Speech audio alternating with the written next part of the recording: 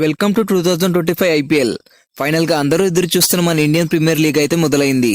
ఈ ఐపీఎల్ ప్రారంభ వేడుకలు కూడా కోల్కతా హిడెన్ గార్డెన్స్ లో అంగరంగ వైభవంగా ప్రారంభించారు. ఇందులో శ్రేయా ఘోషల్ పాట స్పెషల్ అట్రాక్షన్ గా నిలిచాయి.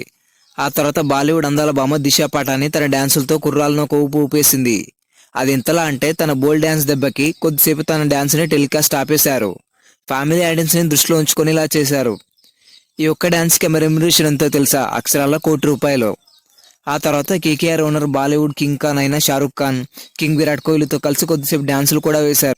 కోహ్లీ ఐపీఎల్ మొదలైనప్పటి నుంచి ఒకే టీం ఆడడం చాలా గొప్ప విషయం అని చెప్పుకొచ్చారు. కోహ్లీ జెర్సీ నంబర్ 18, అలాగే అతనికి ఇది 18వ సీజన్ కావడంతో బీసీసీఐ కోహ్లీకి స్పెషల్గా 18 నంబర్ను ఒక ఐపీఎల్ షీల్డ్ అయితే ఇవ్వడం జరిగింది. ఇది నిజంగానే కోహ్లీకి ఫేవరెట్ సీజన్. ఇక మ్యాచ్ హైలైట్ చూసుకున్నట్లయితే ఈ సీజన్లో మొదటి టాస్ గెలిచిన ఆర్సీబీ మొదట బౌలింగ్ చేయడాన్ని ఎంచుకుంది. ఇక కోల్కతా ఈడెన్ గార్డెన్ ఆచారం ప్రకారం గంట కొట్టయితే మ్యాచ్ ను మొదలు పెట్టారు. బ్యాటింగ్ కి దిగిన కేకేఆర్ కి క్వింటన్ డికాక్ అలాగే సునీల్ నారాయణ్ ఓపెనర్స్ గా వచ్చారు. కానీ మొదటి ఓవర్లోనే కేకేఆర్ కి గట్టి ఎదురు దెబ్బ తగిలింది.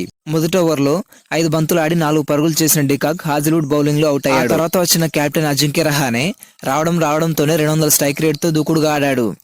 దానికి తోడు నారాయణ్ మంచి సపోర్ట్ అయితే ఇచ్చాడు. 4వ ఓవర్లో రహానే ఏకంగా 2 సిక్స్లు 1 బౌండరీలతో చెలరేగిపోయాడు. కేవలం 25 బంతుల్లోనే ఈ సీజన్లో తన మొదటి హాఫ్ సెంచరీని పూర్తి చేసుకున్నాడు. పవర్ ప్లేలో రహానే నారాయణ్ దెబ్బకి మంచి స్టార్ట్ అయితే దొరికింది. వీళ్ళిద్దరూ ఏకంగా 55 బంతుల్లో 103 పరుగుల భారీ భాగస్వామ్యాన్ని అయితే నెలకొల్పారు. 10 ఓవర్ల వరకు ఒక వికెట్ పడకుండా చూసుకున్నారు. ఇక 10వ ఓవర్లో చివరి రసిక్ సలాం బౌలింగ్ లో అవుట్ అయ్యారు. రసిక్ సలాం బౌలింగ్ లో 26 బంతుల్లో 44 పరుగులు చేసిన సునీల్ నారాయణ్ హాఫ్ సెంచరీ దగ్గరలో అవుట్ కావడం జరిగింది. అప్పటి వరకు కూడా బాగా ఆడిన అజింక్య రహానే కూడా ఆ తర్వాత ఓవర్లోనే కృణాల్ పాండ్యా స్పిన్ బౌలింగ్ కి అవుట్ అయ్యాడు. కానీ ఆడినంతసేపు రహానే కావాల్సిన స్కోర్ అయితే అందించాడు. 23 కోట్లు పెట్టుకున్న వెంకటేష్ అయ్యర్ కూడా నంబర్ 4 లో వచ్చి ఊహించినంత ఆట అయితే కేవలం 7 బంతుల్లోనే 6 పరుగులు చేసి కృణాల్ పాండ్యా బౌలింగ్ లో క్లీన్ బౌల్డ్ అయిపోయాడు. దీంతో కేకేఆర్ రన్ రేట్ నెమ్మదిగా మారింది. ఒక పక్క రఘువంశీ తనదైన ఆటతో మెల్లిమెల్లిగా టీంకి పరుగులు జోడిస్తున్నాడు. వెంకటేష్ అయ్యర్ అవుట్ తర్వాత కేకేఆర్ ఫినిషర్ రింకు సింగ్ అయితే రావడం జరిగింది. ఇతనికి ఫినిషర్ గా మంచి రికార్డు ఉంది. కానీ ఈ మ్యాచ్ లో ఒకే ఒక్క బౌండరీ సాధించాడు. 10 బంతుల్లో 12 పరుగులు చేసిన రింకు సింగ్ కూడా కృణాల్ పాండ్యాకి అవుట్ అయ్యాడు. కేకేఆర్ లో భారీ హిట్టర్ ఎవరు అనగానే అందరూ చెప్పే పేరు రసూల్. అలాంటి డేంజరస్ రసూల్ కూడా 4 పరుగుల కంటే ఎక్కువగా చేయలేకపోయాడు.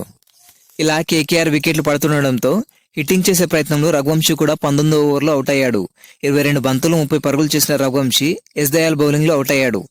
ఇక చివరి ఓవర్లో 5 పరుగులు చేసిన హర్షిత్ రాణా కూడా అవుట్ కావడంతో ఇన్నింగ్స్ ముగిసేసరికి కేకేఆర్ 174 పరుగులు చేసింది.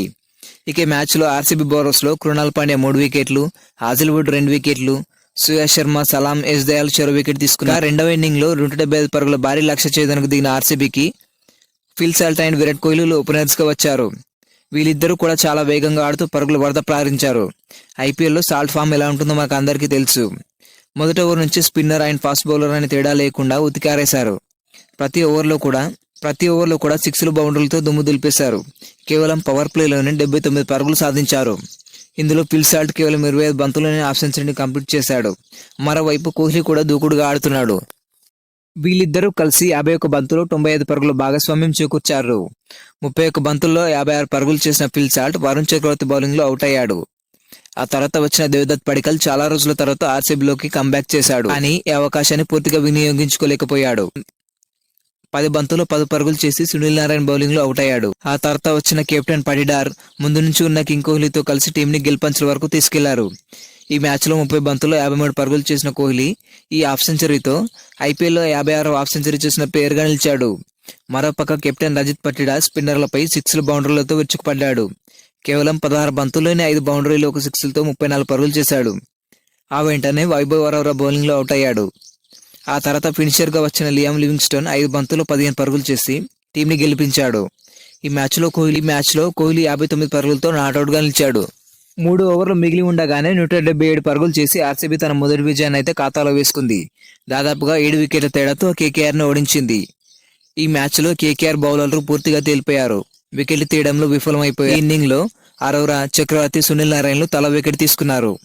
ఈ మ్యాచ్ లో ఆర్సీబీ గెలవడానికి ముఖ్య కారణం కృణాల్ పాండ్యా. అవసరమైనప్పుడల్లా టీంకి కీలకమైన వికెట్లు అందించి రన్స్ రాకుండా కట్టడి చేశాడు. అలాగే ఆర్సీబీకి ఓపెనర్స్ ఎక్సలెంట్ స్టార్ట్ అయితే అందించారు. ముఖ్యంగా ఫిల్ సాల్ట్ వేగంగా పరుగులు చేస్తున్నాడు. మొత్తానికైతే ఈ గెలుపుతో ఆర్సీబీ ఫ్యాన్స్ ఫుల్ ఖుషిగా ఉన్నారు. ఈ వీడియో ఎక్కడి వరకు చూసారంటే ఎంతో కొంత నచ్చే ఉంటుంది. ఈ వీడియో నచ్చితే లైక్ చేయండి. మరిన్ని వీడియోస్ కోసం మన ఛానల్ సబ్స్క్రైబ్